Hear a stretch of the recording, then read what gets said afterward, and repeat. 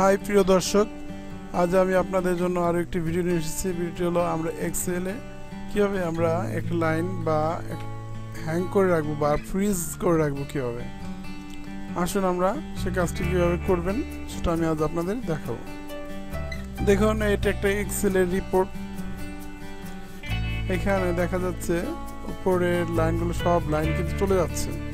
যেমন আপনারা এই বিষয় নিয়ে একটা কাজ করছেন, কিন্তু এটা যদি চলে যায় বা নিজ দিকে সে কোনো কাজ করলে আপনারা ওইটা কিন্তু দেখতে পাচ্ছেন না।